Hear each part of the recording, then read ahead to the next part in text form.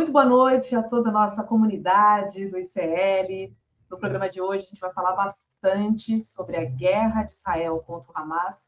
Começou aí no dia 7 de outubro. Hoje é o 28º dia de guerra. Hoje vai estar com a gente o Guga Noblar, direto de Brasília, o Walid Rabah, que é o presidente da Federação Árabe-Palestina do Brasil, a FEPAL, e o professor Jean Goldenbaum, que fala de Hannover, na Alemanha. Ele é colaborador do Instituto Brasil-Israel. Vamos então começar nosso programa com o Jean Goldenbaum. Boa noite, professor Jean. Tudo bem? Olá, Roberta. Olá a todos que estão nos assistindo. É um prazer estar com vocês. É um prazer recebê-lo, Jean. Antes de começar, eu vou fazer um rápido resumo do dia, assim ficamos todos na mesma página, tá? Bom, o secretário do Estado dos Estados Unidos, Antony Blinken, visitou Israel e reafirmou o apoio ao país. E Netanyahu disse que não haverá cessar-fogo. No Líbano, o líder do Hezbollah, Sayed Nasrallah, fez um discurso dizendo que a guerra pode se espalhar pelo Oriente Médio. A gente vai falar sobre tudo isso daqui a pouquinho. E hoje, os bombardeiros continuaram.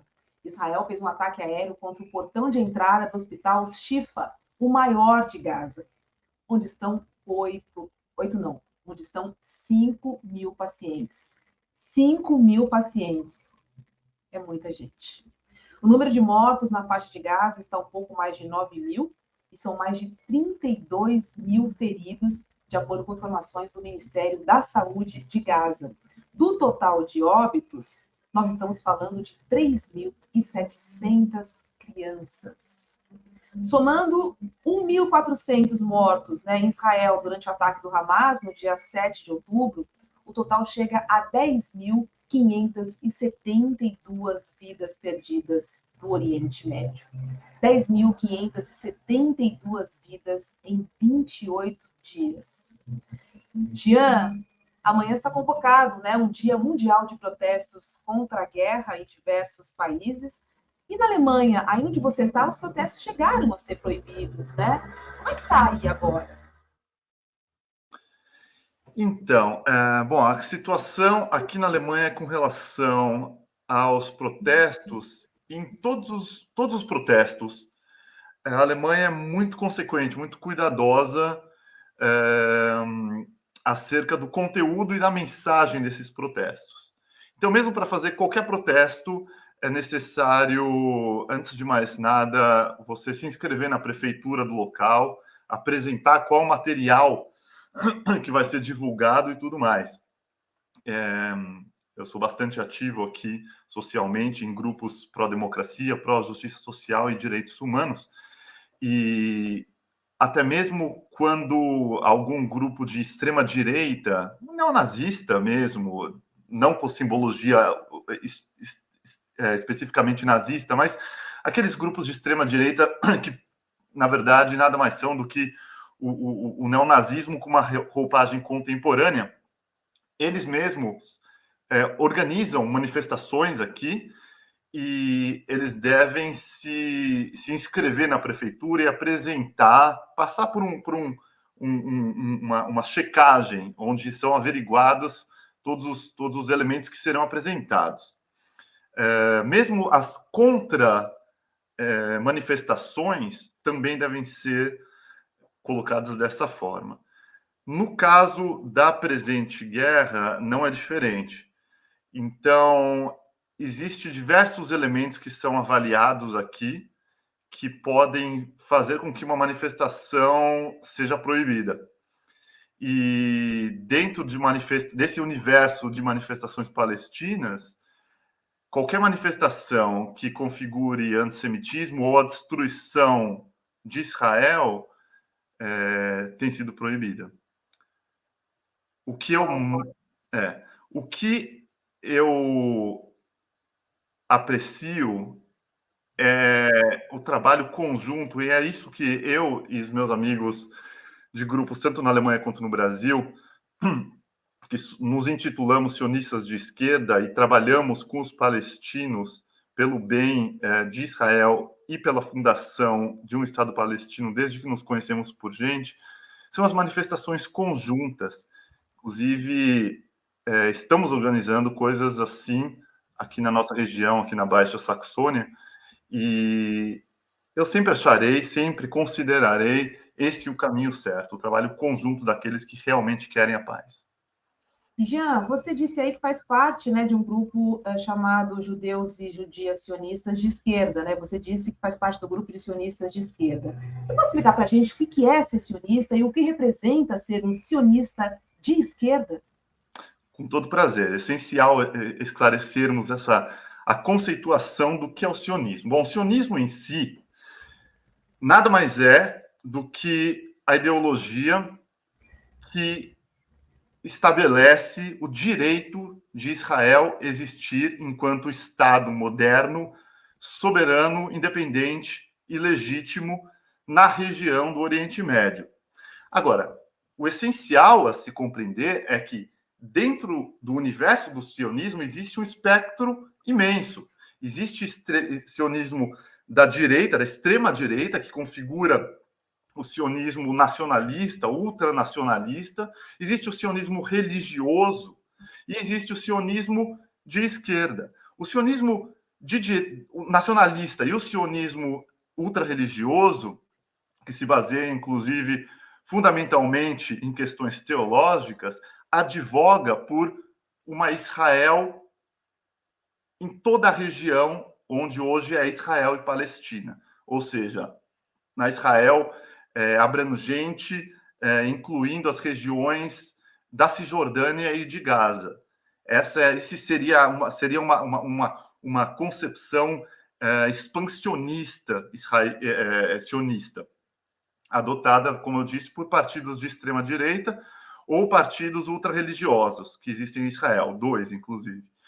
O sionismo de esquerda, pelo contrário, o sionismo de esquerda, desde sempre, busca a fundação de um Estado palestino, a solução de dois Estados, o Estado palestino também soberano e independente, assim como o Estado de Israel, que não somente conviva com Israel, mas também coopere economicamente, socialmente, culturalmente. Essa é a nossa posição desse grupo, Judias e Judeus Sionistas de Esquerda, que é um grupo fundamentalmente de judeus brasileiros, mas espalhados em diversos lugares do mundo. Nós temos, inclusive, dois partidos em Israel, o Meretz e o Avodá, que são partidos sionistas de esquerda, que defendem justamente isso, o fim das ocupações na Cisjordânia, a retirada de todos os colonos da Cisjordânia e a fundação de uma Palestina na Cisjordânia e em Gaza, logicamente, sem nenhum partido terrorista que não reconheça a existência de Israel. Tá certo. Explica para a gente qual é o peso da opinião pública internacional numa guerra como essa, por favor, porque a gente tem visto aí cada vez mais protestos, cada vez mais diversos países se manifestando aí em favor dos palestinos. Logicamente que ninguém é a favor do terrorismo, mas principalmente por essa morte, por esse genocídio que tem acontecido na faixa de Gaza. Então, logicamente, os países se manifestarão, os governos se manifestarão e o povo dos países se manifestarão. E, logicamente, existe também um espectro dentro dessas manifestações. O que eu espero por parte dos governos que possuem um poder, inclusive um poder de administração em termos daquilo que pode ser uma conversa, uma negociação, o que eu espero é justamente a nossa postura, a postura dos sionistas de esquerda, que também é a postura dos árabes, palestinos, muçulmanos de um modo geral, que tem uma visão progressista e uma visão sustentável de futuro para o seu povo. É por isso que nós trabalhamos justamente com os muçulmanos, sejam árabes ou não árabes. Aqui na Alemanha, trabalho com muitos muçulmanos que são turcos, não são árabes, mas são muçulmanos. E trabalhamos muito com os árabes israelenses também, né, que são palestinos, por outro lado, moram em Israel, têm a cidadania israelense e tudo mais. E advogam também pelo Estado palestino, sem o Hamas, livre do Hamas, e porque sabem que isso é o ideal para a segurança de todos. Então, em termos de governo, o que eu espero de todos os governos, logicamente, isso não é realista, porque a gente sabe que os governos sempre procuram instrumentalizar a geopolítica conforme os seus interesses pessoais. Mas o que eu espero é que o mundo conspire a favor da negociação de paz e que finalmente a gente consiga atingir a tão sonhada paz no Oriente Médio. Inclusive, digo mais, diante da história, e quem conhece a história, eu conheço essa história, estudo essa história e vivo essa história, inclusive a história da minha família, a história dos meus antepassados, e é uma história de pelo menos 3.000 anos a ser conhecida, quem quiser realmente conhecer a história dessa região. Quem conhece a história dessa região sabe que a questão da culpa histórica de diversos países ao redor do mundo é algo decisivo.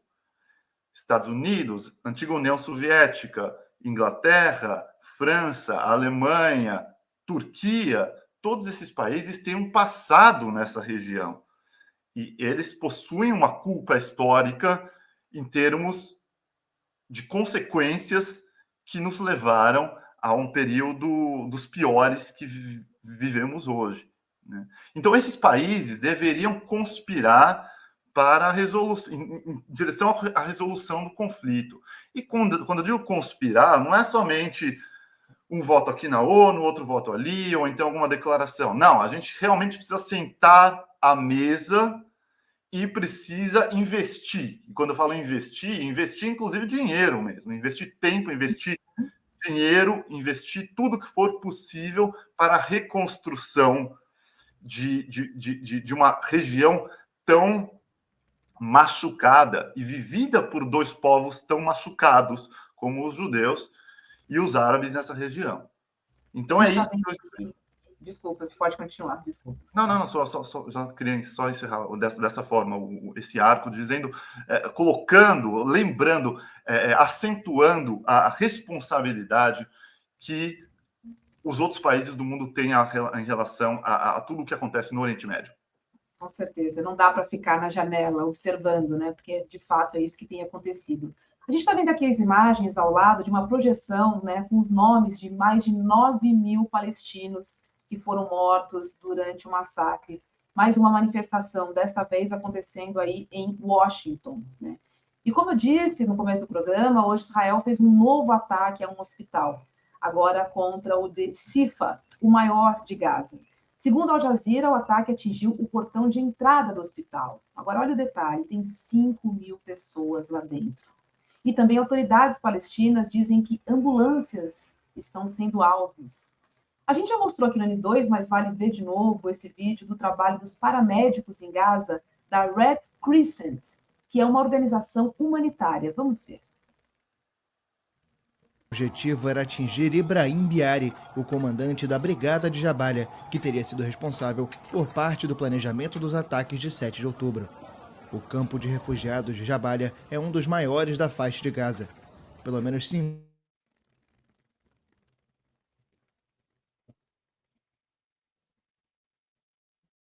A gente perdeu o áudio, mas acho que eu posso seguir com você. Quero fazer uma pergunta realmente relativa aos hospitais. Por que atacar hospitais e ambulâncias? Qual é o objetivo, né, de Israel com esses ataques indiscriminados contra a população civil, hein? Olha, eu não posso te dizer especificamente sobre essa questão estratégica de guerra. Nós estamos vivendo num período de caos. Eu posso te dizer o que eu enxergo que que Israel procura fazer no momento.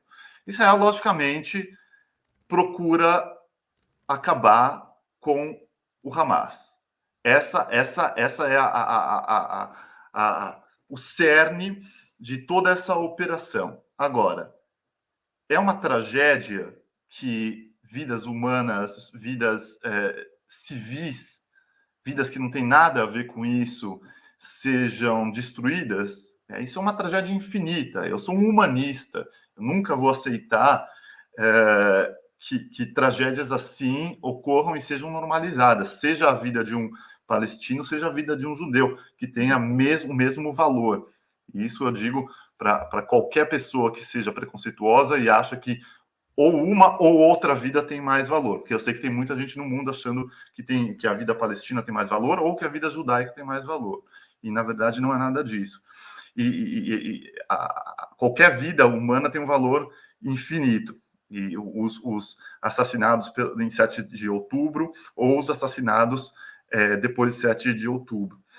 Agora, a questão é a seguinte, dentro da nossa pauta, enquanto sionistas de esquerda, nós lutamos contra as forças contrárias à paz, sejam elas palestinas ou israelenses, desde sempre. O que nós estamos vivendo hoje é um colapso dado pelas duas partes mais nocivas de ambos os povos. O Hamas, no lado palestino, e o governo, o pior governo da história de Israel, um governo de extrema-direita, encabeçado pelo Benjamin Netanyahu, que sempre coloquei como o pior líder israelense da história, tanto para árabes quanto para judeus, né? Que encabeça uma coalizão formada por ultranacionalistas e por fundamentalistas religiosos, né?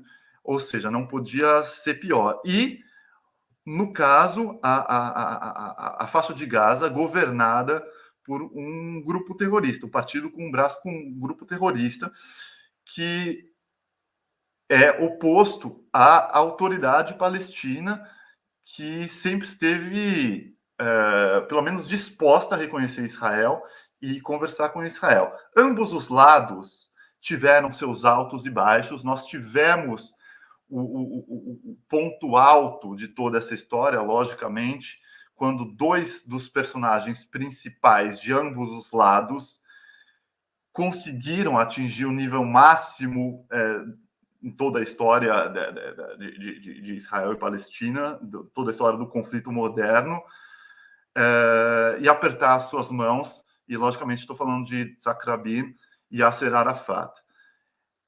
Era o momento em que a paz deveria ter se concretizado, mas, infelizmente, ocorreu o assassinato de Yitzhak Rabin, justamente por um nacionalista israelense, e depois nada mais se concretizou com relação a isso, e não tem outra saída. Pode parecer algum tipo de redundância ou até alguma ingenuidade, mas a verdade é realmente que, desde que o mundo é mundo, não há outro caminho, não há melhor caminho para a paz do que a paz em si. Não inventaram nenhuma solução melhor ainda do que acordos de paz. Quando Israel fez com o Egito e depois com a Jordânia, esses acordos, que inclusive perduram, existem até hoje, é o melhor que pode existir. Então, repito, nós advogamos hoje por um cessar-fogo da parte de Israel, contanto que haja integralmente a devolução de todos os reféns tomados pelo Hamas, e a partir disso seja negociado com partidos não terroristas da Palestina e com um governo que não seja de extrema-direita de Israel, e com as mãos e a toda a ajuda, inclusive financeira, de agentes externos. E, logicamente, só para fechar aqui o arco, já que eu mencionei o acordo de paz com o Egito pode ser o principal mediador dessa paz, inclusive um país muçulmano, né? E os judeus, com o acordo de paz com o Egito, estão de braços abertos para que essa mediação ocorra. E olha, enquanto isso, né, crianças, mulheres e civis morrem, né? Eu queria mostrar, né, para a nossa audiência esse vídeo que mostra o momento em que jornalistas souberam da morte de um outro colega profissional. Vamos ver. asesinato del periodista palestino Mohamed Abu Khattab. Una hora después, este periodista de la cadena Palestina TV fallecía junto a 11 miembros de su familia en un bombardeo del ejército de Israel contra la ciudad de Khan Yunis, en el sur de la Franja de Gaza. Este es el momento en el que sus compañeros descubren la muerte del reportero palestino. إننا هنا ضحايا شهداء مع فرق التوقيت فقط. نحن نمضي واحدا تلو الآخر ولا أحد ينظر إلينا ولا إلى حجم الكارثة والجريمة التي نعيشها في غزة. El periodista acabó su conexión quitándose el chaleco y el casco como símbolo de la desprotección de la prensa en la Franja de Gaza. Con Mohamed ya son más de 34 los periodistas que han muerto en Gaza desde el 7 de octubre.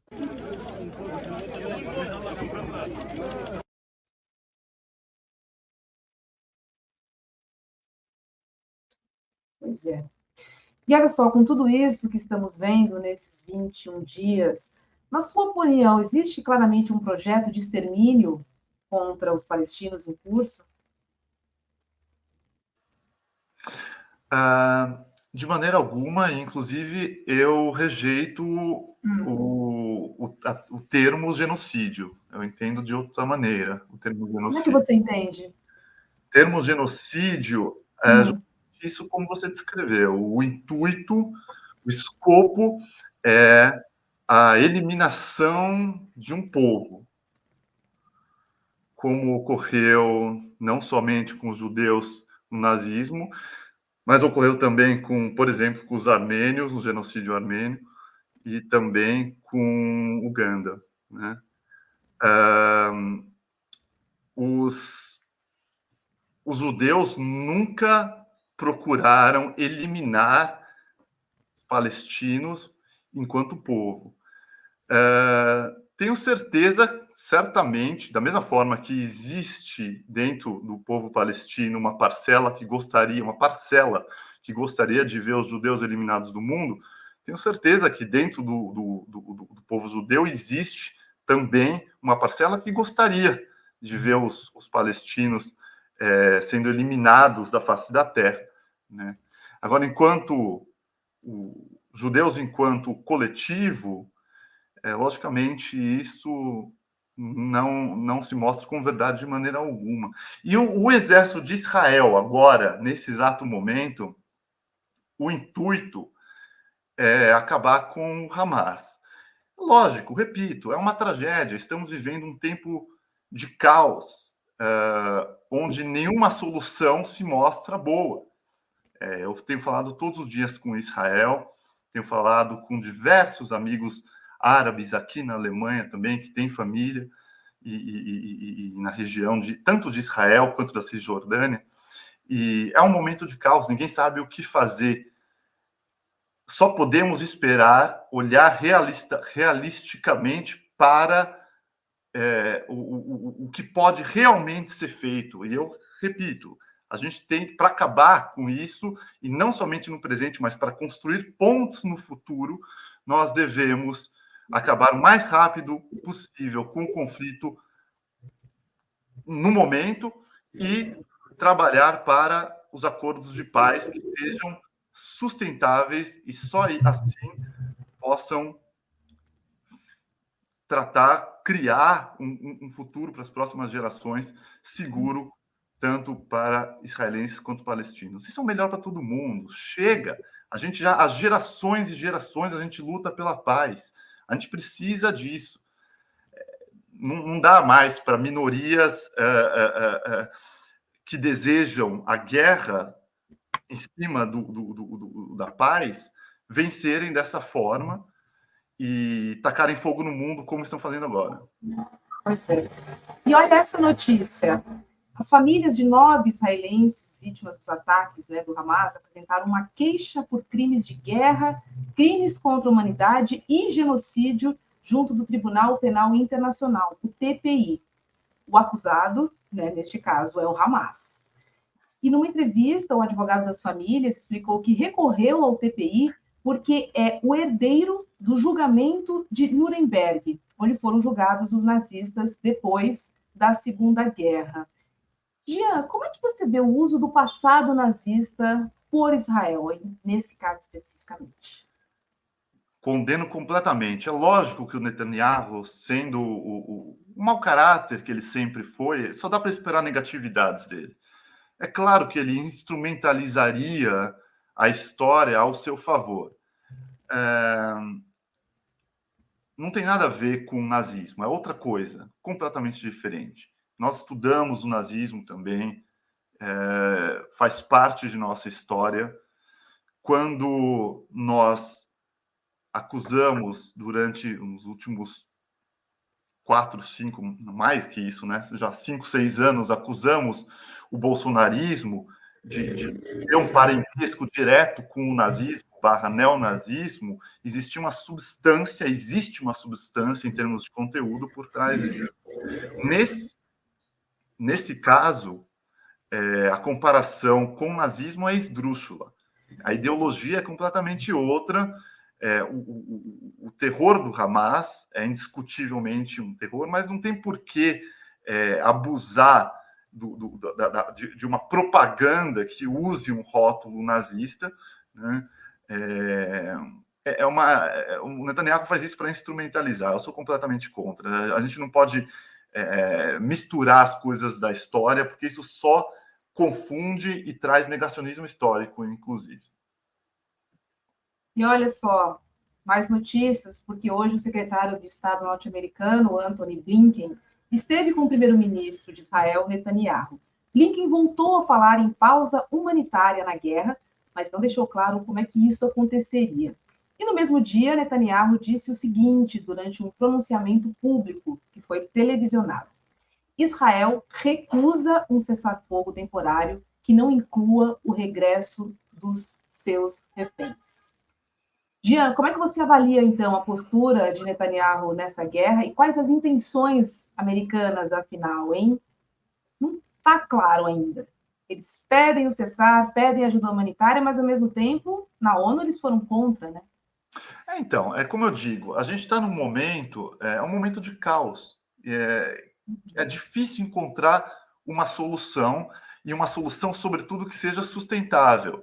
A visão humanista, o que nós queremos, sem dúvida, é que essas duas coisas aconteçam, dois fatores aconteçam.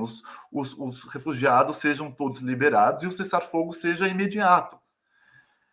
Isso é o justo, isso é o certo, mas isso parece ser utópico. As partes que possuem as decisões acerca dessas duas possibilidades se negam a fazê-lo. Então, os Estados Unidos continuam nessa situação também. Eu tenho certeza que é o que eles gostariam, inclusive, creio que se isso se resolvesse, e se isso se resolver, quem sabe, talvez, com esperança e compreendendo o andamento dos processos históricos, a gente possa, de fato, finalmente sentar à mesa de uma maneira que não aconteceu há muito tempo, desde Rabin e Arafat.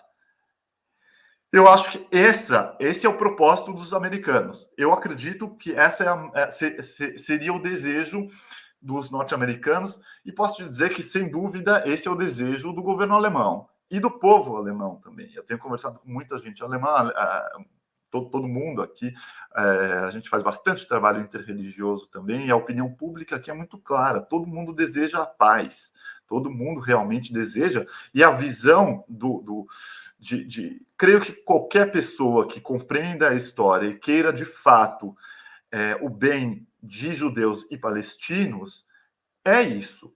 É a solução dos dois estados. São os dois estados vivendo, convivendo, soberanos, independentes e em cooperação.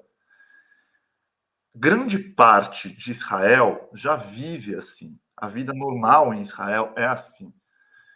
Todos os meus amigos trabalham todos os dias com árabes. Hoje mesmo eu compartilhei vídeos de grupos judeus e árabes juntos em Israel, se ajudando a tratar os feridos, a ajuda psicológica de quem perdeu pessoas assassinadas em 7 de de outubro, até mesmo porque não morreram só judeus, morreu gente de todo tipo, né?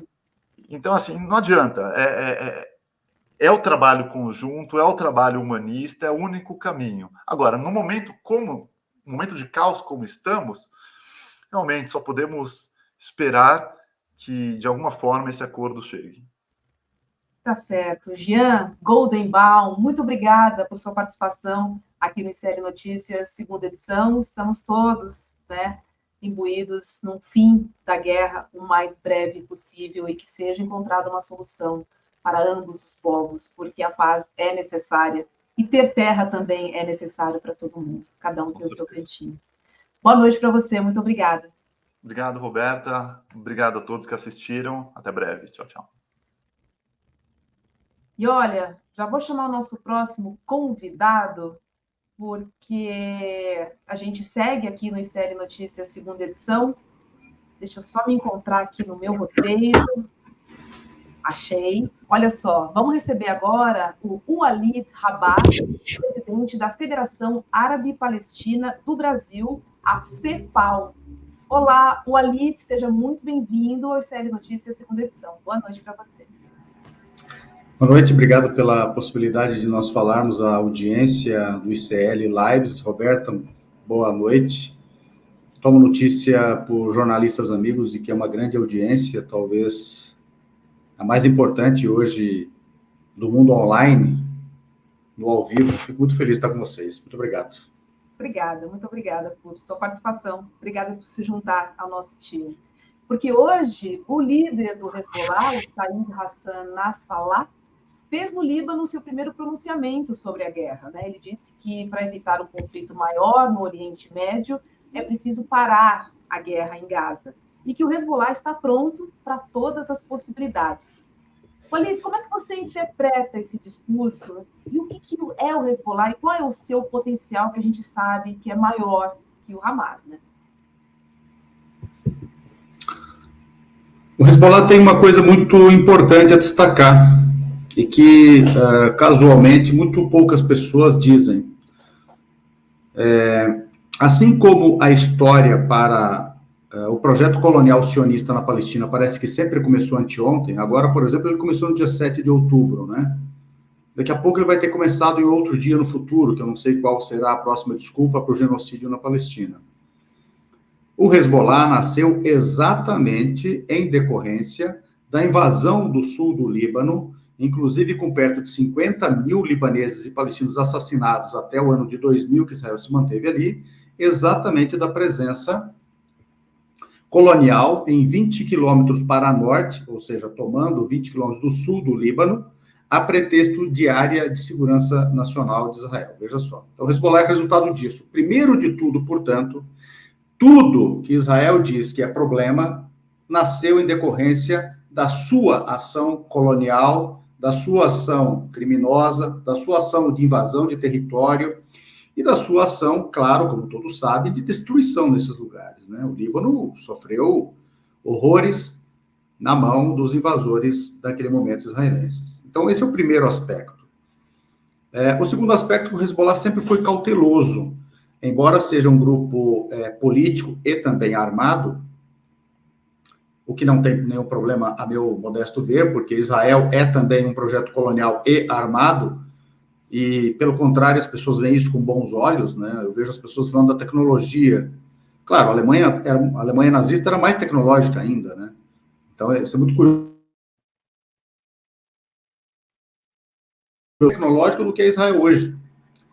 Então, você vê que essa coisa toda é muito estranha. Mas o que me parece é que o Hezbollah deseja que não escale o conflito, ou seja, que todo o Oriente Médio seja consumido e tragado na guerra. É isso que ele sinaliza. Sinaliza, por outro lado, que está pronto para agir. Ou seja, se for atacado, por exemplo, que é essa mensagem mais sólida, a meu modesto ver, eles estarão prontos para se defender de Israel, como se defenderam de 82 até 2000, quando Israel não suportou mais e saiu unilateralmente, inclusive no que é identificado por muitos analistas como uma derrota flagrante da ocupação do sul do Líbano. Pois é, e olha só, o líder do Hezbollah disse também que quem é o responsável pela guerra é os Estados Unidos e que Israel é apenas uma marionete. E a sua análise sobre esse trecho especificamente, por favor, Walid? Eu tenho dito isso há tanto tempo que eu vou cobrar um royalties do Hassan Nasrallah. Mas é o que, claro, é o mais evidente, né? Mas nem sempre é muito visível. Essa é uma guerra claramente comandada pelos Estados Unidos mais do que qualquer outra.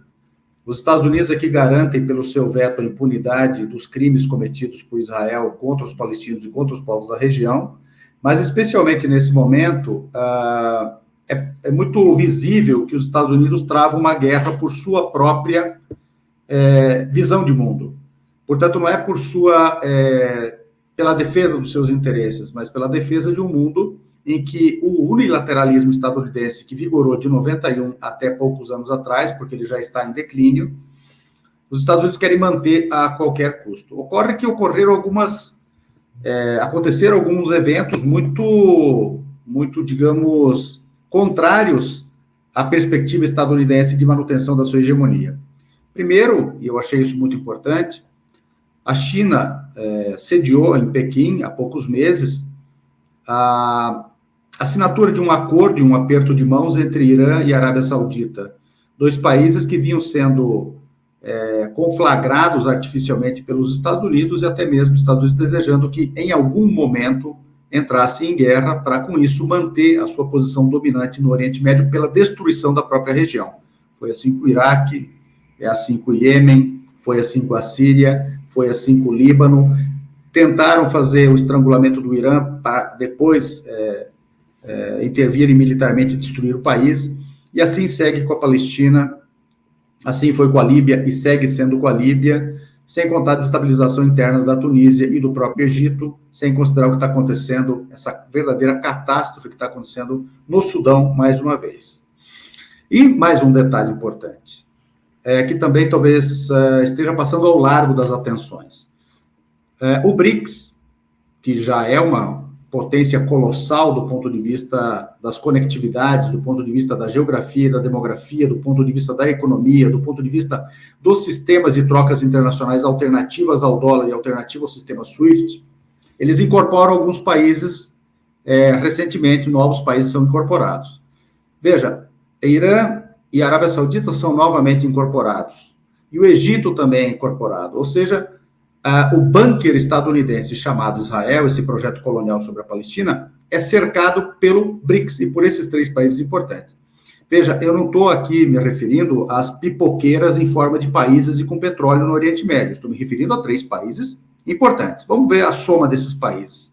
Em termos territoriais, perto de 4 milhões e meio, quase 4 milhões e meio de quilômetros quadrados. Em termos populacionais, alguma coisa perto de 230, 240 milhões de habitantes. Em termos de PIB, pela paridade do poder de compra, esses três países têm alguma coisa perto de 5 trilhões de dólares ou mais. Isso é muito recurso, sem considerar o petróleo, sem considerar as reservas de gás e sem considerar a conectividade que esses países têm. A Arábia Saudita domina o Mar Vermelho e a sua saída pelo chifre da África para o chamado, por Bab el-Mandeb, chamado Golfo, o Mar Arábico.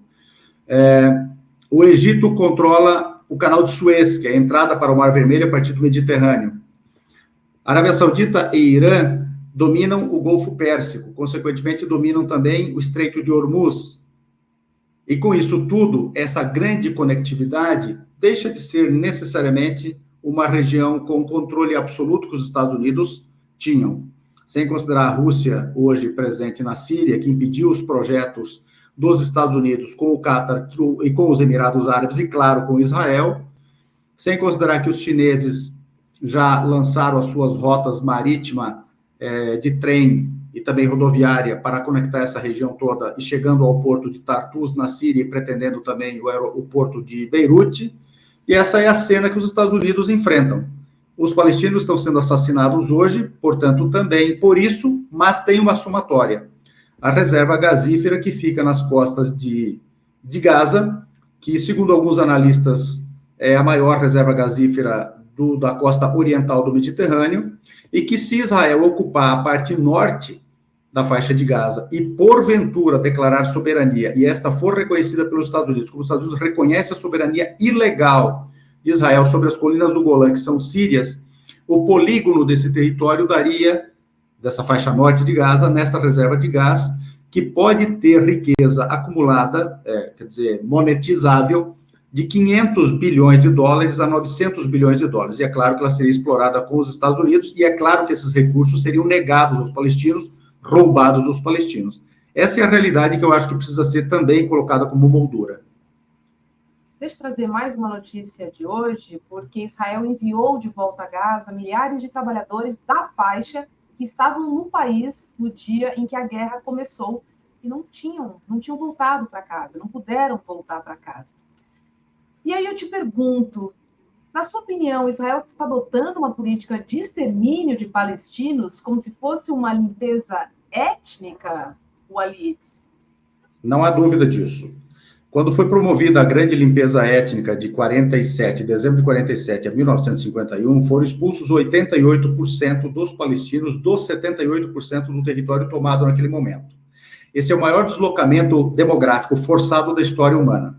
E naquele momento, morreram 15 mil palestinos. Até o presente momento, considerando já os mortos e os desaparecidos, estamos na casa dos 12 mil. Já estamos chegando aos 15 mil daquele momento.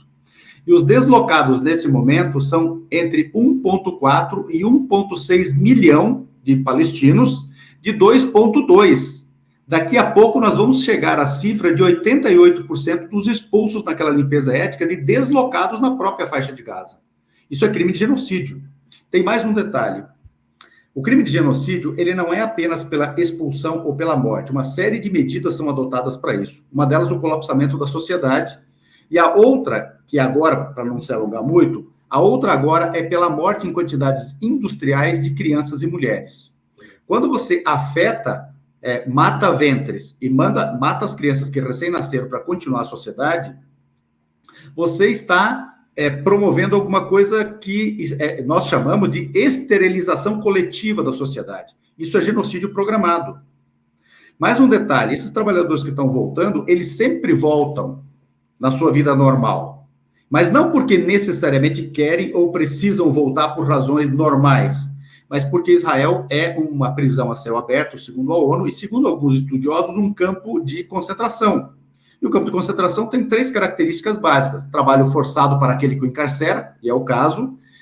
Então, eles vão, trabalham, abre-se o portão da prisão, por Heres, eles vão, trabalham, voltam, e são obrigados a voltar, porque senão são presos em Israel, voltam, a porta é fechada de novo, e no outro dia a mesma coisa. É também um campo de extermínio, porque essas pessoas estão aprisionadas, estão prontas, colocadas para a qualquer momento, o dono da prisão determinar o seu extermínio. Foi assim durante a Segunda Guerra Mundial. E a outra característica fundamental e muito importante, além do aprisionamento, é que no caso palestino específico, tá? É que esta população nasce e se reproduz continuadamente no campo de concentração mais duradouro. Isso nunca existiu na história humana. E um outro detalhe específico é que é um campo de teste de armamento.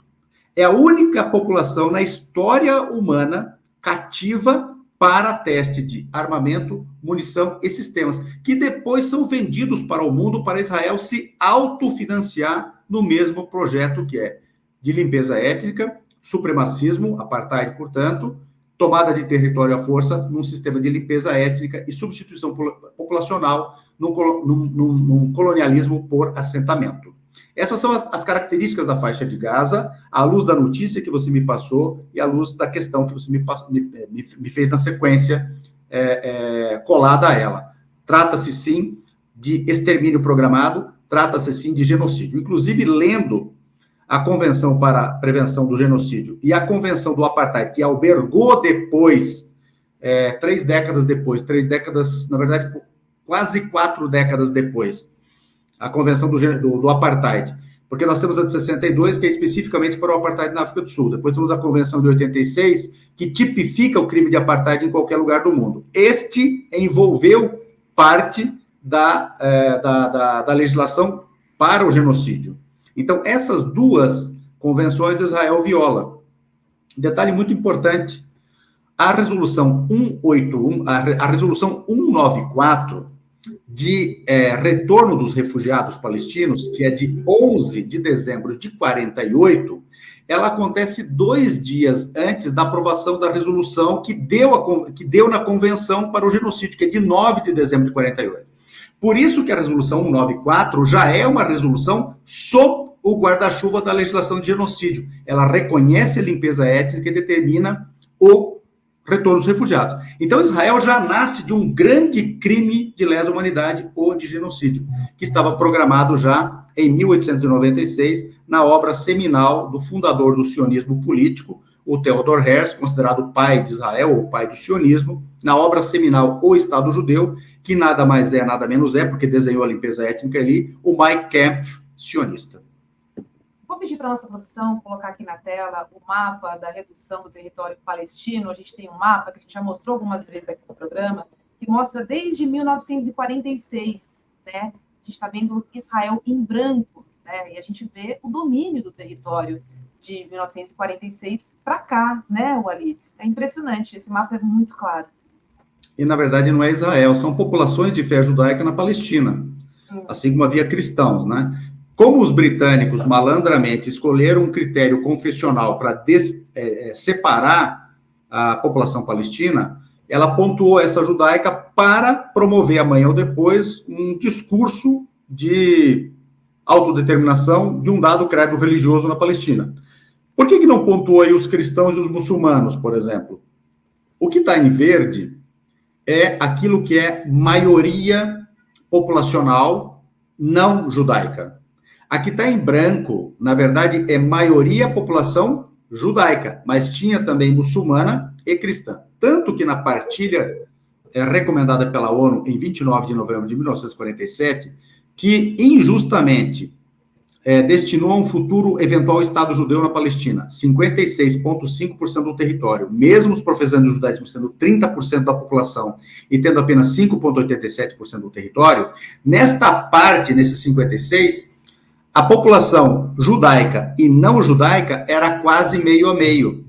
Por isso que o sionismo promove a limpeza étnica, porque ele queria pureza, tal qual a pureza ariana nazista, pureza, nesse caso, judaica. Só que eles queriam que ela acontecesse em toda a Palestina. Naquele momento, entre 18 de dezembro de 47, quando começa a limpeza étnica, e 51, na chamada limpeza das fronteiras, porque o armistício foi em março de 49, mas eles continuam a limpeza étnica 2 anos mais,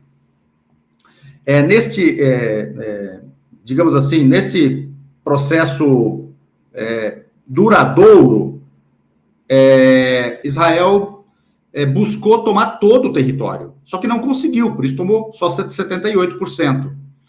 A guerra de 67 só tem sentido porque Israel quis tomar o restante do território.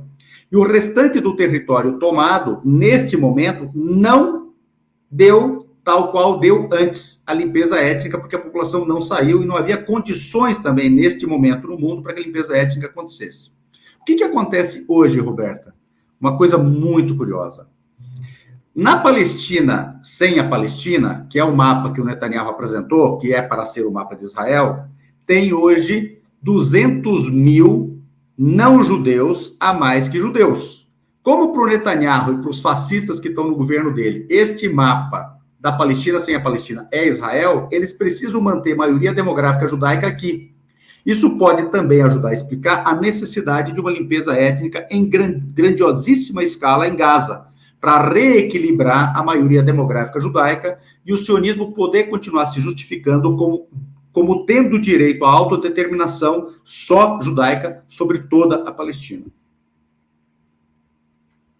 Difícil, viu? A gente fica muito triste porque parece que a gente não vê uma saída, né? É uma situação realmente muito, muito difícil que a gente está vivendo. Porque hoje né, eu queria falar um pouquinho da lista, saiu uma nova lista de estrangeiros que podem deixar Gaza, mas, de novo, a gente também não teve brasileiros, né, foram 571 nomes, a maioria de norte-americanos, são 367 pessoas, 367 norte-americanos. E claro que isso frustrou, né, a diplomacia brasileira. Agora, ficar de novo fora da lista dos países beneficiados tem feito circular em alguns diplomatas a ideia de que essa exclusão poderia ser uma resposta de Israel, que junto ao Egito faz a lista, né, as ações do governo Lula quando presidiu o Conselho de Segurança da ONU. Isso aconteceu no mês passado. A informação é da Folha de São Paulo.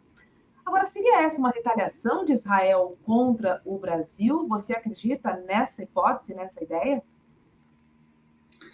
O projeto colonial sionista, na forma de país, não é quem dá as cartas e não são eles que determinam o que vai acontecer, o que não vai acontecer. Essa é uma retaliação estadunidense, porque o Brasil colocou a desnudo a participação ativa dos Estados Unidos no genocídio palestino. Então, veja, o que é Israel? Israel é um protetorado colonial com armamento estadunidense. 80% de todo o armamento, munições e sistemas aplicados no genocídio sobre Gaza hoje, e talvez mais já do que isso, porque no começo era 80%, é estadunidense. Inclusive, há instrutores estadunidenses. Você me perguntou bem no começo do Hezbollah. Israel, sozinha, não aguenta uma batalha de infantaria contra o Hezbollah. Não aguenta, e o mundo mineral sabe disso, né? O grande drama são os Estados Unidos. Então, essa política absolutamente de desprestígio do Brasil e de retaliação do Brasil, utilizando reféns brasileiros, isso é coisa dos Estados Unidos. Essa gente degenerada, que atende pelo nome Israel, aí, esse projeto sionista, essa elite degenerada, não a sua população, tá? A sua população é tão refém do sionismo quanto são os palestinos. Aliás, eu tenho dito há muito tempo, a primeira ocupação que fez o sionismo foi do judaísmo. Depois de capturá-lo para instrumentalizá-lo nesse projeto, capturou a Palestina. E aí tornou palestinos e judeus que foram levados para lá para esse projeto de colonização reféns de uma situação draconiana, historicamente construída para ser cada vez pior.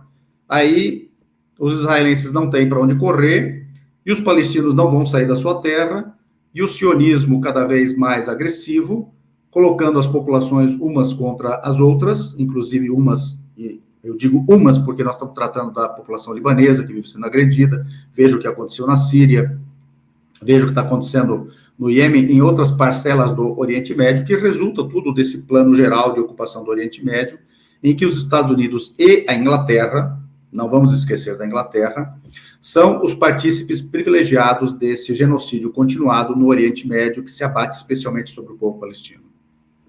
Walid, como é que você avalia a postura do Brasil nessa guerra, hein? Ela acabou sendo equilibrada. Tem um começo um pouco delicado, que independentemente do quanto alguns disseram ou deixaram de dizer, alguns falaram mais grosso, outros menos grosso, eu acho que faltou uma tinta mais cuidadosa no início da nota assinada pelo presidente Lula, no dia 7. Aquele não cita terroristas. Isso. Ele não disse que o grupo é terrorista, mas disse que o ato, disse a priori, que era um ato terrorista. Veja, o assassinato em escala industrial da população palestina, que dura 76 anos, em nenhum momento é classificada como um ato terrorista pelos governos, pelos países, pelas suas diplomacias profissionais, que são perenes. Os governos, claro, são sazonais, são de plantão, malgrado todos esses crimes. O Brasil já disse, quando da agressão de 2006 sobre o Líbano por Israel, coisas um pouco mais avançadas. Disse que era genocídio, disse que era terror de Estado. Aqui, para a Palestina, só começou a dizer mais tarde. Isso acabou corrigindo a leitura anterior. Então, o presidente Lula já falou em genocídio, outros atores do Brasil já falaram em genocídio, o ministro Mauro Vieira tem dito também coisas muito duras, dizendo que há um crime um crime de lesa humanidade contra o povo palestino, que pode estar acontecendo uma catástrofe, etc. Claro que está acontecendo uma catástrofe. E não só. O presidente russo há muitos dias lá atrás, disse que o cerco a Gaza, ele não disse do ataque atual, ele disse do cerco a Gaza, o cerco a Gaza é igual o cerco, e ele utilizou esse termo, nazista, sobre a Leningrado durante a Segunda Guerra Mundial. Então, Israel não está tão bem assim. Os Estados Unidos garantem isso por um veto, essa é uma guerra estadunidense. Bom, e amanhã será um dia mundial de protestos, né, contra a guerra em diversos países. E eu queria te perguntar qual a importância, né, desses projetos e qual a sua expectativa, né, para o Brasil especificamente. Aqui em São Paulo a gente tem um encontro no MASP às 16h. A população no mundo tem feito a diferença nesse momento delicado, especialmente no Ocidente, esse autoproclamado Ocidente, por várias razões. Primeiro, que os grandes veículos de comunicação, os hegemônicos e empresariais, dominados pela narrativa estadunidense por meio das suas agências de propaganda, que filtram a notícia e transformam ela em propaganda de guerra. Então, foi a população que, reagindo por meio das suas redes sociais, já no dia 7 e depois no dia 8, bem como os veículos de comunicação, o ICL dentre eles, não comprometido com a propaganda de guerra e com a promoção do genocídio, fizeram essa diferença. E veja, aí nós estamos falando das pessoas. As pessoas que fizeram isso são as pessoas que estão indo à rua em milhões. E elas vão fazer a diferença. É bom lembrar que, embora houvesse, desde 62, uma legislação internacional com resolução da ONU para o apartheid na África do Sul, em grande medida, em uma medida muito importante, a mobilização da sociedade global, da sociedade civil global, ajudou a derrubar o apartheid na África do Sul. Quer dizer, não foi apenas a legislação internacional que fez isso. Porque, embora houvesse uma resolução em 62 contra o apartheid na África do Sul, que já recomendava o bloqueio econômico, sanções e desinvestimento, está textualmente no texto, os estados não romperam com a África do Sul. O Ocidente inteiro mantinha relações privilegiadas com a África do Sul, inclusive Israel, né? Então, a sociedade global é que constrangeu, por isso que é importante nesse momento para a Palestina, e não só para parar neste momento o genocídio, o banho de sangue, esse holocausto ao vivo, o primeiro holocausto ao vivo da história humana, mas para resolver de uma vez por todas o problema que existe na Palestina, resolvê-lo positivamente por um caminho de paz e concórdia para todos que estão lá, palestinos e israelenses. Walid, queria dividir com você que estamos falando em protesto. A gente teve uma projeção importante em Washington, né, em que a gente está vendo aqui na tela ao lado, projetados os nomes de mais de 9.000 palestinos mortos, né? Então a gente vê manifestações de todo tipo, né? São manifestações que ocorrem nas redes sociais, por meio de projeções, por meio de protestos, né? O mais tradicional, que é o que vai acontecer amanhã. São importantes em todas essas frentes, né? Porque o mundo não pode observar, né, pela janela tudo que está acontecendo ali. De certa forma, a gente, né, não somos autoridades, mas de certa forma a gente também precisa fazer a nossa parte, né? Essas coisas todas, elas estão acontecendo também porque as pessoas perguntaram a si mesmas e responderam, claro, o seguinte: qual o problema que vocês não dão nomes às vítimas palestinas? Elas não têm nome, sobrenome, nem idade? Então as pessoas estão projetando os nomes, por isso que circulou aquela lista gigantesca do Ministério da Saúde palestino também. Veja como são as coisas. Nós estamos falando nesse momento entre crianças mortas e desaparecidas, porque são quase 4.000 as mortas, né? E são 1.050 as desaparecidas. Então, seguramente, nós temos já 5.000 crianças assassinadas. É quase o dobro do número de crianças assassinadas em todas as guerras, em todo o mundo, nos anos de 2019, anualmente, né? 2019, 2020, 2021 e 2022. Já é praticamente o dobro.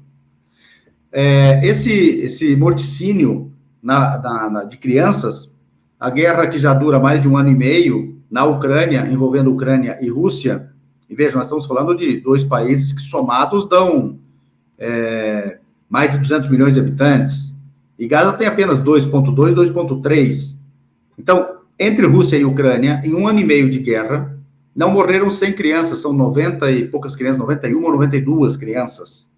Então, você veja a magnitude desse crime de lesa humanidade? Seguramente, eu estou seguro, que na limpeza étnica de 1947 a 51, entre os mortos, não aconteceram tantos mortos mulheres e crianças. Mulheres, crianças e idosos dá mais ou menos 73% das mortalidades. Tirando idosos, mulheres e crianças, apenas dá 70%.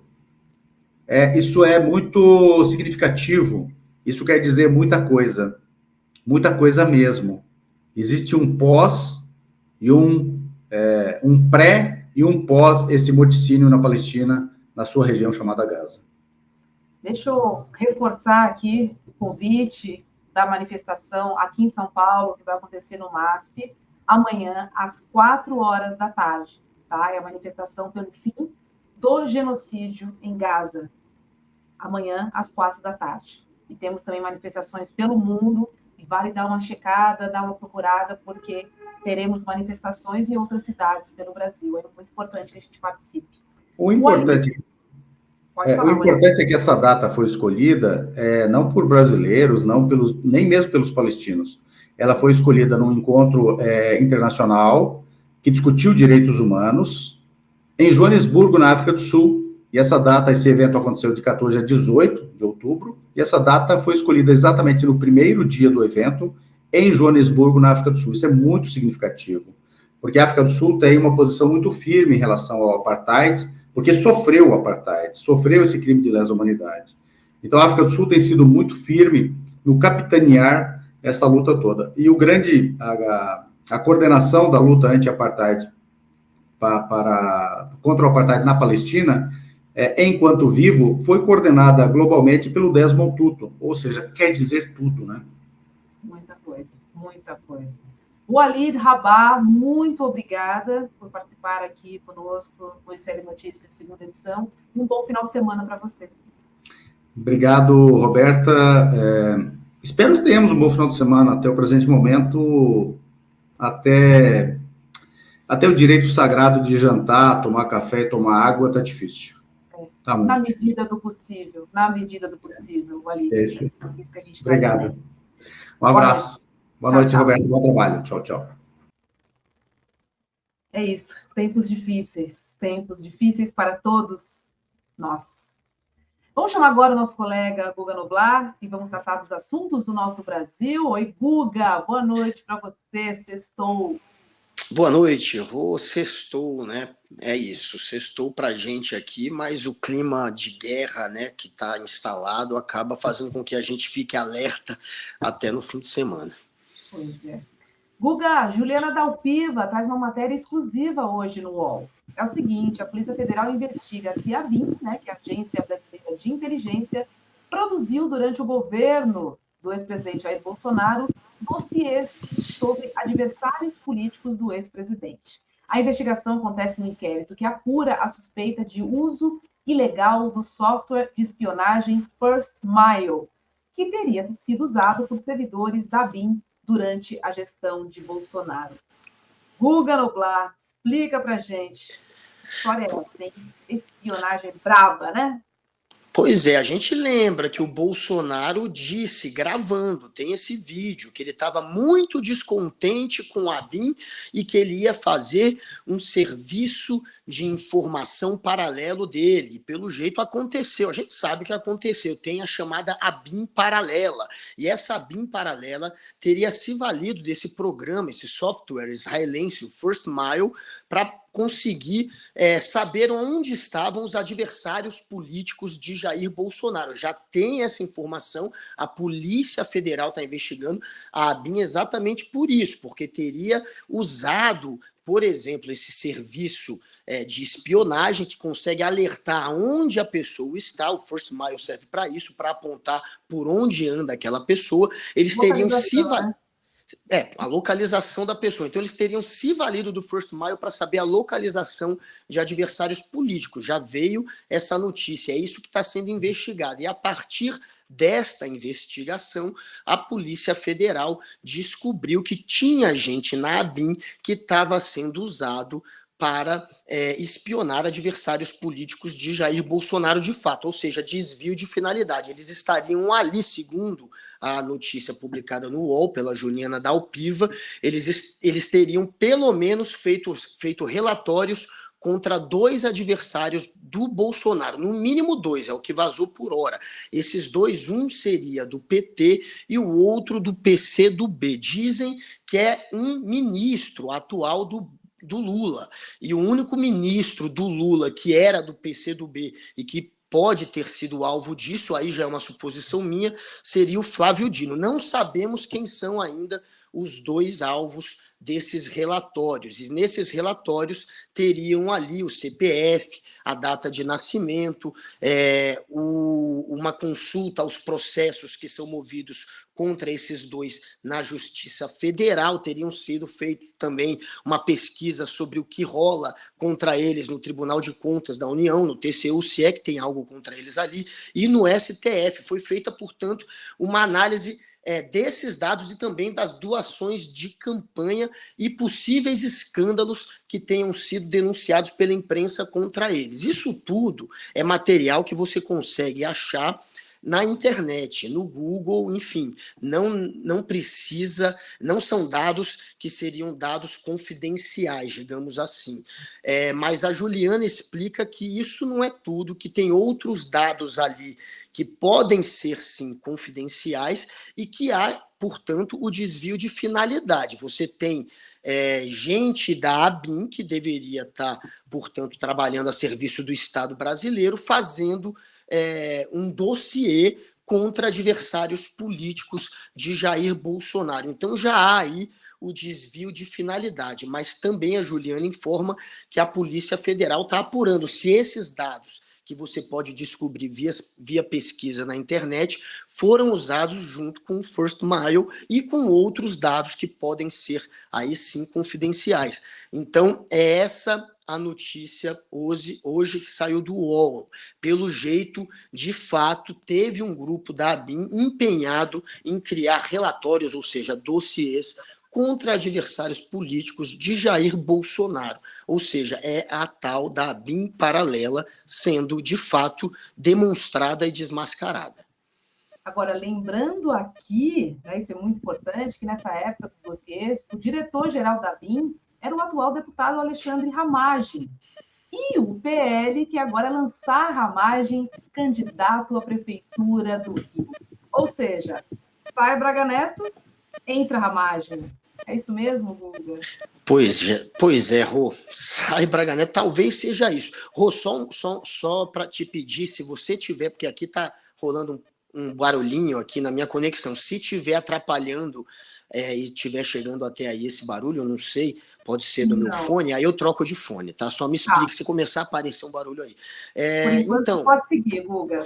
O Ramagem, gente, pois é, esse que foi colocado na ABIN para criar a tal ABIN paralela, e que está sendo investigado neste caso da ABIN paralela, do uso do software First Mile. Este mesmo é o nome que o PL quer colocar agora no lugar de Braga Neto para disputar a prefeitura do Rio de Janeiro. Não tem Braga Neto, que se tornou inelegível por abuso de poder político e econômico, já que usaram o bicentenário, as festas do bicentenário da independência para fazer campanha política, para se favorecer politicamente, ele se tornou inelegível. Agora, no lugar dele, querem colocar justamente Alexandre Ramagem, que por hora é deputado federal e que tem sido já feito pesquisas encomendadas pelo partido dele, o PL, do Valdemar da Costa Neto, para avaliar a possibilidade de Ramagem ser o candidato a prefeito pelo partido no ano que vem. O Bolsonaro quer que seja o Alexandre Ramagem, então isso já é um peso muito grande em favor dele para que ele se torne o nome do partido. Tem outros que também desejam se tornar o candidato, como, por exemplo, Carlos Portinho, que é o líder do PL no Senado.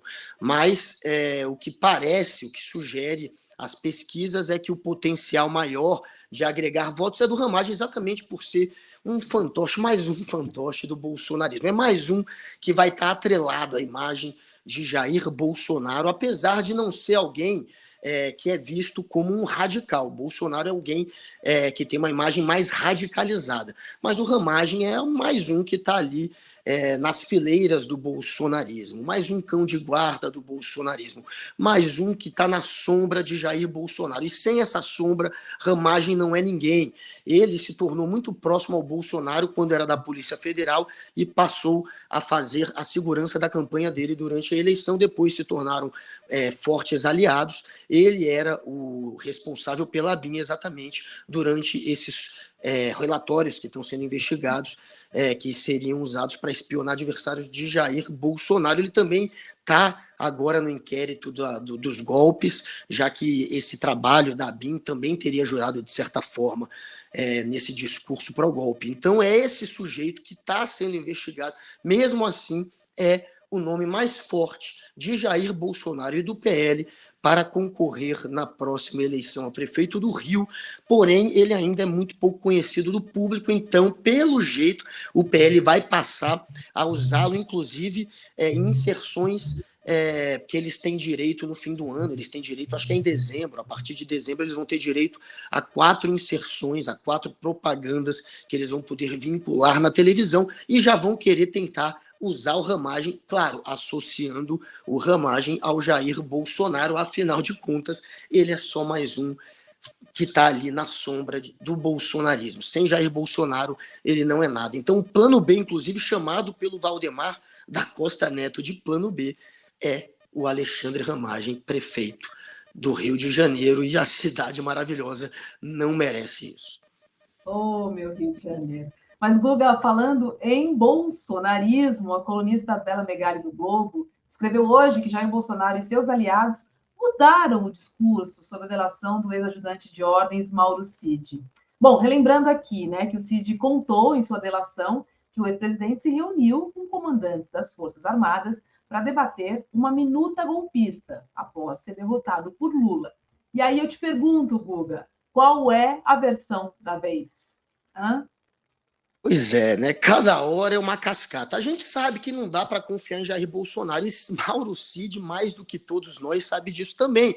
Por isso que ele passou a delatá-lo. O Mauro Cid percebeu que estava sendo jogado aos leões. O Jair Bolsonaro estava cada vez mais com aquele papo de que cada um tinha o seu CPF e o que ele tinha feito era responsabilidade dele. Bolsonaro não acreditava que aquele que era tratado quase como um filho adotivo dele se tornaria agora o seu principal algoz. Mas o Mauro Cid não é trouxa, viu que não podia servir de bucha de canhão, até porque estava arrastando junto com ele o pai, que também se meteu na venda das joias, estava arrastando a esposa, que também estava metida na falsificação de cartão de vacina. Então, para se livrar e para livrar a família, não restou outra saída, a não ser falar a verdade, é o que parece. O que parece é que essas delações caminham para apontar o que de fato aconteceu. O óbvio que Mauro Cid nada fez sem o aval, sem as ordens de Jair Bolsonaro.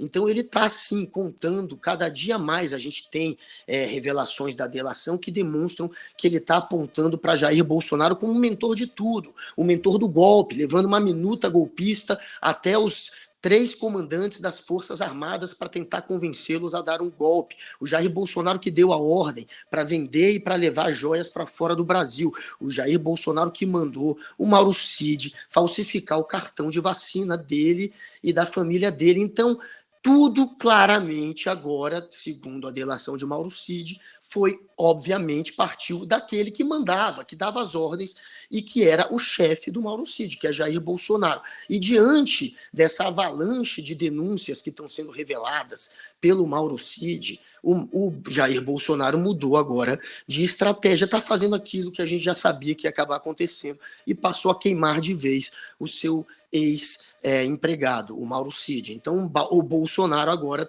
está querendo dizer que o Mauro Cid está usando essa delação para se livrar, que o Mauro Cid está querendo se livrar dos erros dele e colocar o ex-presidente como culpado daquilo tudo, que teriam sido essas denúncias inventadas, entre aspas, pelo Mauro Cid. Ele está, portanto, queimando o Mauro Cid, assim como ele queimou outros aliados. Praticamente todos ficaram na estrada, né? Na beira da todo estrada. Todo mundo, né, Rô? Tu sabe, a gente está vendo, né, Rô? Esse ano inteiro, ano passado, durante os 4 anos de Jair Bolsonaro, o tempo inteiro a gente vê aliados de Jair Bolsonaro sendo jogado aos leões. Aqueles bucha de canhão que tentaram um golpe, que invadiram e quebraram Brasília, esses, então, Bolsonaro abandonou rapidinho. O Mauro Cid foi mais difícil. Ele achava que o Mauro Cid não iria partir para a delação, não o entregaria. Então, com a delação vazando pela imprensa agora, o Bolsonaro caiu na real e viu que não resta mais nada a fazer a não ser partir para o ataque também. E aí ele está nessa, de querer dizer que o Cid está inventando, de que o Cid quer se livrar dos erros dele, e está, portanto, colocando o Cid como uma espécie de, sei lá, mentiroso. E a gente sabe que o mentiroso, o maior produtor de fake news da história da presidência do Brasil, né, isso documentado por jornais, é Jair Bolsonaro. E essas histórias todas que o Mauro Cid conta, elas são comprovadas por provas que são vistas nos celulares do Mauro Cid, por exemplo. Um dos pontos que mais irritaram a família Bolsonaro é exatamente o fato do Mauro Cid não ter apagado boa parte das conversas, ter deixado pelo menos na nuvem do celular. Então, isso também está sendo visto pela família Bolsonaro como um gesto de traição. Bolsonaro apagou tudo do celular e da nuvem, não deixou rastro de nada. O Mauro Cid deixou, e agora eles já começam a achar que isso foi inclusive por querer, para poder, se no momento que acontecesse uma investigação, ter provas do que dizia, e é o que está acontecendo. Então não adianta o Bolsonaro espernear, dizer que é cascata, dizer que é mentira. Para o Bolsonaro sair dessa, ele teria que apresentar provas de que o Mauro Cid está mentindo, e ele não tem, muito pelo contrário. As provas são as que o Mauro Cid tem demonstrado contra o Jair Bolsonaro, tanto no golpe, quanto no cartão de vacina, quanto nas joias. O Mauro Cid está enrolando o Bolsonaro em todas essas histórias. Guga, vamos falar um pouquinho sobre o presente e o futuro, porque hoje o presidente Lula se reuniu com ministros da área da infraestrutura e disse que no ano que vem quer viajar pelo Brasil para visitar obras. Ele disse que quer conversar com o povo sobre o futuro deste país. E eu te pergunto, você vê aquilo entrando na campanha de 2024 para as prefeituras? O que está por trás desse rolê aqui pelo Brasil, hein? Eu tô achando que meu áudio tá meio ruim, porque eles deram uma segurada no meu áudio. Quer que eu troque aqui o fone rapidamente? Se vocês precisarem, me avisa, tá? Mas se tiver tudo bem, ok. Porque aqui tá apitando o áudio, eu já tô achando que tá aí. Aqui pra mim, Lula. Aqui pra mim, não tô tá com essa moral. normal. Eu não consigo ouvir nenhum, não. Pra mim, tá não. Bom. Só que a produção nos diga aqui. Tá bom. Nos comentários, se a galera estiver achando que tá tendo barulho, me avisa aí, por gentileza. Podemos seguir, ó. Tá apitando aqui, tem 2 que escreveram. Simbora, Guga, ops, Lula. Tá, vamos nessa. O Lula, gente, é claro que ele vai querer no ano que vem, que é um ano de eleição, que é um ano que a gente sabe que vai estar ali em jogo diversas prefeituras, enfim, diversas câmaras de vereadores. É claro que o Lula vai para cima. O Lula quer, sim, que o Brasil não deixe dinheiro em caixa. Hoje teve a reunião entre o Lula e vários ministros ali ligados a essa área de infraestrutura. Era para tentar fazer um balanço do PAC, exatamente um dos programas de maior investimento em infraestrutura do Brasil. E aí o Lula, claro, deu uma ordem para a turma dele. Olha, não vamos deixar dinheiro em caixa, para usar esse dinheiro para fazer escola, para construir hospital, não é para sobrar dinheiro no caixa do Ministério, porque o Ministério tem um dinheiro a empenhar e muitas vezes esse dinheiro acaba não sendo totalmente empenhado. E ele pode sim ser convertido no que o Lula acha que é mais importante para a população, que são essas obras que vão garantir escola, hospital, vão garantir uma boa estrada. Então, o Lula está, sim, fazendo esse tipo de pressão e ele quer viajar no ano que vem para poder inaugurar também parte dessas obras. Isso, obviamente, é uma estratégia política para tentar se dar bem na eleição do ano que vem, na eleição das cidades e dos municípios, enfim, nas eleições para prefeito. Então, é claro que o Lula vai jogar também com o caixa dele. E ele está fazendo o que qualquer político faria, que é não deixar com que o dinheiro, de alguma maneira, fique ali estagnado. Esse dinheiro estagnado é bom, por um lado, porque poderia ser usado pela área econômica. O o Haddad quer porque quer zerar o déficit no ano que vem. Agora a gente está vendo que, pelo jeito, o déficit não será zerado. Inclusive dizem que no dia 16 deste mês o governo Lula vai apresentar um projeto para deixar aí um pequeno déficit de ou 0,25% ou 0,5%, que dá mais ou menos, dependendo da conta, 50 bilhões de reais. Tem gente dizendo que o Lula vai ter que deixar um déficit de 100 a 120 bilhões de reais. Mas, enfim, o que o Lula está tentando fazer é usar esse dinheiro, sim, em obras que sejam benéficas, claro, para a população, e que ele possa depois usar isso politicamente para ajudar a eleger políticos de esquerda na eleição do ano que vem. E ano que vem o Lula vai viajar para isso. A popularidade do Lula, neste momento, deu uma recuada. Dependendo da pesquisa, ele perdeu 4 pontos. Dependendo da pesquisa, ele perdeu 6 pontos. Então, se o Lula não acelerar, vai ser complicado no ano que vem ele ter um resultado positivo para os partidos de esquerda e para o PT nessa eleição municipal. A popularidade do Lula está um pouco desgastada, pelo menos é o que explica a pesquisa, muito por uma sensação de que a economia que parecia deslanchar nesse trimestre deu uma estagnada. Então, aquele otimismo com relação à economia, e isso a pesquisa aponta, ele caiu um pouco. A economia talvez seja o principal meio de explicar o porquê desse recuo, mas economicamente, se você pegar os dados de janeiro até agora, o Lula conseguiu diminuir a inflação, conseguiu aumentar o emprego, os dados estão sendo positivos, a perspectiva de investimento tem aumentado, mesmo assim, por incrível que pareça, recuou a popularidade do Lula, e os especialistas ficam tentando entender a razão, né? Mas será que caiu o otimismo? O que parece é isso, caiu o otimismo. Antes a população estava ainda mais otimista, mais eufórica. Agora, a euforia com relação à economia deu uma estagnada, e isso talvez explique esses 4 ou 6 pontos que o Lula perdeu. A outra explicação seria as viagens do Lula. Ele viajou muito para fora do Brasil. É uma explicação que convence pouca gente, mas está ali também como uma das explicações da pesquisa Genial Quest, por exemplo, que foi uma das que apontaram a queda do Lula. E o outro ponto seria a questão da guerra. O Lula talvez demorou demais para condenar o Hamas como um grupo terrorista. Esse é outro ponto que a pesquisa tenta sugerir. Mas, enfim, é difícil entender. O que parece é que os Minions estão voltando a ser Minions. Teve Minion que estava começando a gostar do Lula e que agora, como talvez tenha diminuído o otimismo dele com relação ao Lula, ele voltou para o lado daqueles que não gostam do governo Lula. Tem gente já indo para essa explicação também. É um grupo pequeno, é uma queda ainda pequena, mas o Lula, claro, tem que ficar em alerta sempre com a popularidade dele. E a popularidade dele, atrelada a essas viagens no Brasil, não para fora do Brasil, para inaugurar a obra, é uma das estratégias do Lula para conseguir aumentar esses pontos dele.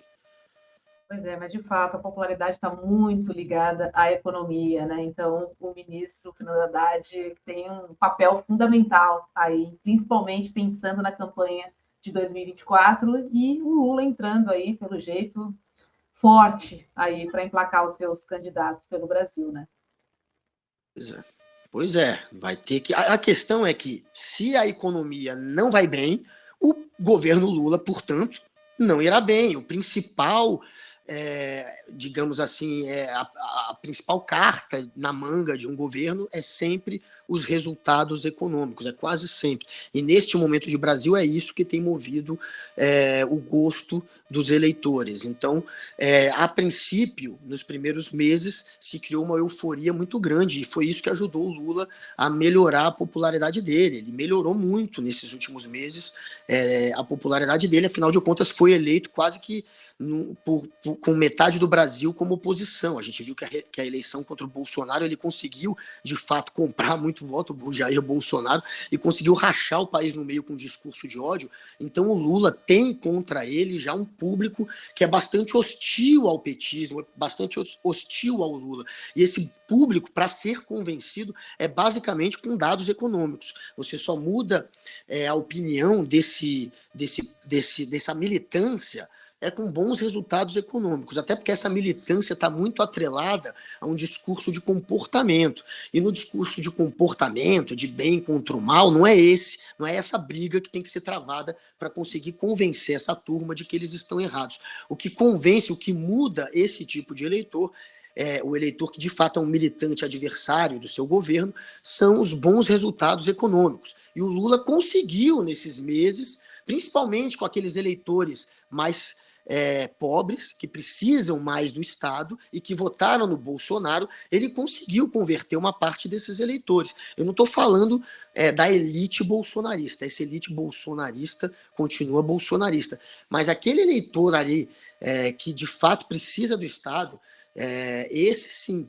muitos passaram a ver o Lula com bons olhos, as pesquisas passadas mostraram isso. E o que convenceu essa turma, que é muito ligada também a comportamento, que muitas vezes não gostava do Lula por uma questão de comportamento, aquela questão, enfim, religiosa, muitas vezes, aqueles discursos religiosos e sensacionalistas, essa turma foi convencida por dados econômicos, por números econômicos, por sentir que a vida estava melhorando.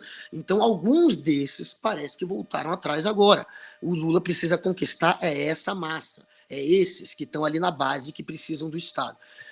Então, sem dúvida nenhuma, o Lula depende demais do Haddad. Sem bons resultados econômicos, esse governo não vai conseguir se reeleger ou deixar um sucessor.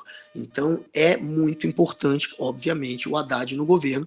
E o Haddad está fazendo um trabalho que está sendo muito bem visto. Inclusive, nessa pesquisa, apesar de ter caído o otimismo com relação à economia, os números com relação ao ministro da Economia, que é o Haddad, permanecem quase o mesmo. O número de brasileiros que aprovam o que o Haddad está fazendo segue praticamente o mesmo. Ele está bem. O que caiu foi uma perspectiva com relação à economia, e isso, por incrível que pareça, não afetou tanto o Haddad, afetou mais ao Lula, mas o Haddad, enfim, está sendo talvez o principal ministro do governo Lula. Guga, amanhã é o Dia Mundial de Protestos contra a guerra em diversos países. Aqui em São Paulo a gente vai ter uma grande manifestação no MASP às 4 da tarde. Você está sabendo de alguma manifestação aí em Brasília?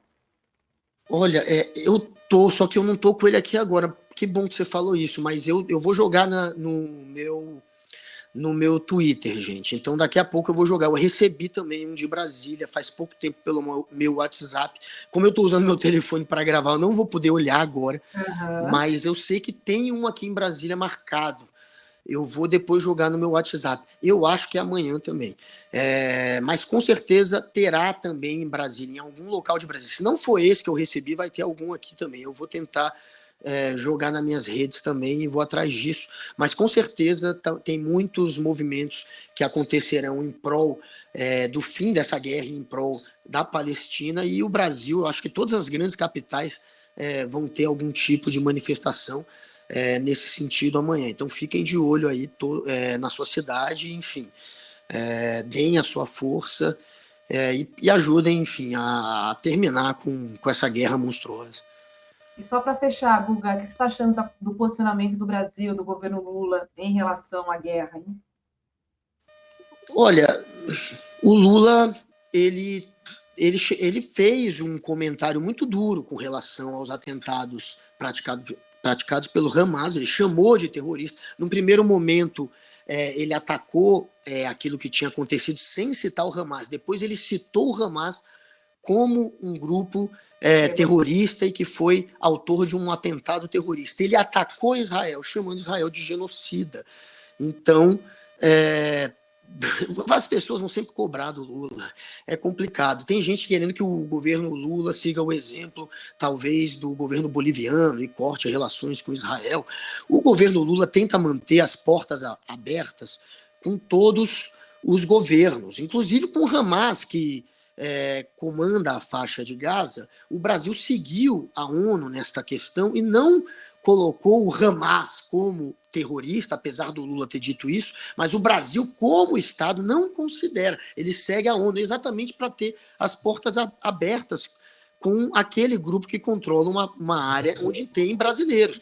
Isso, então, assim, eu acho que a tática de manter as portas abertas é interessante, de ser um país que pode ser ouvido, que pode dialogar e que pode tentar trazer soluções, já que não, como o Estado, não corta relações nem com Israel e nem com Gaza, nem com Hamas. Eu acho que é, talvez, uma estratégia inteligente, que deve continuar sendo seguida. É isso que o Brasil tem feito, que é o que a ONU faz. E é isso que o Lula está fazendo, apesar de toda a pressão que tem dos dois lados, para ele cortar relação, às vezes, com Israel, e também tem pressão para ele cortar relações com... Não é que ele tenha relações com Hamas, né? Mas, enfim, passar a condenar de maneira muito mais veemente o Estado brasileiro, passar a condenar de maneira mais veemente o Hamas. Isso também acaba fechando portas, e é por isso que o Brasil não fez isso até hoje, como Estado. O Lula fez como presidente. Então, eu acho que o Lula, enfim, está jogando da maneira correta. E ele deu a visão pessoal dele. É um genocídio, é terrorismo, mas o Estado segue mantendo relações diplomáticas de certa maneira até com o Hamas, apesar de não ter uma ligação direta com o Hamas, passa pelo Catar essa ligação, e com Israel.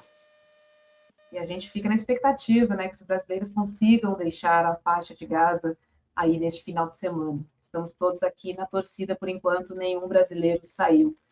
Guga Noblar, sextou para você, as notícias continuam, né? Notícias de Brasília, notícias da guerra, enfim, um bom final de semana para você. E eu sei que você não vai desligar porque não tem como, e acho que o Brasil fica na expectativa aí pelo fim dessa guerra, que os brasileiros sejam liberados e que se encontre uma solução, né? Todo o povo precisa da sua terra e que sua terra seja devidamente respeitada. Fica aqui a nossa mensagem. Guga, um beijo, boa noite para você. Boa noite, nossa audiência querida também. E a gente volta na segunda-feira, né, na programação do ICL que você já conhece. Eu encontro vocês no Sinapse às 7h30 da noite, tá bom? Um beijo, um bom final de semana. Beijo no coração. Tchau.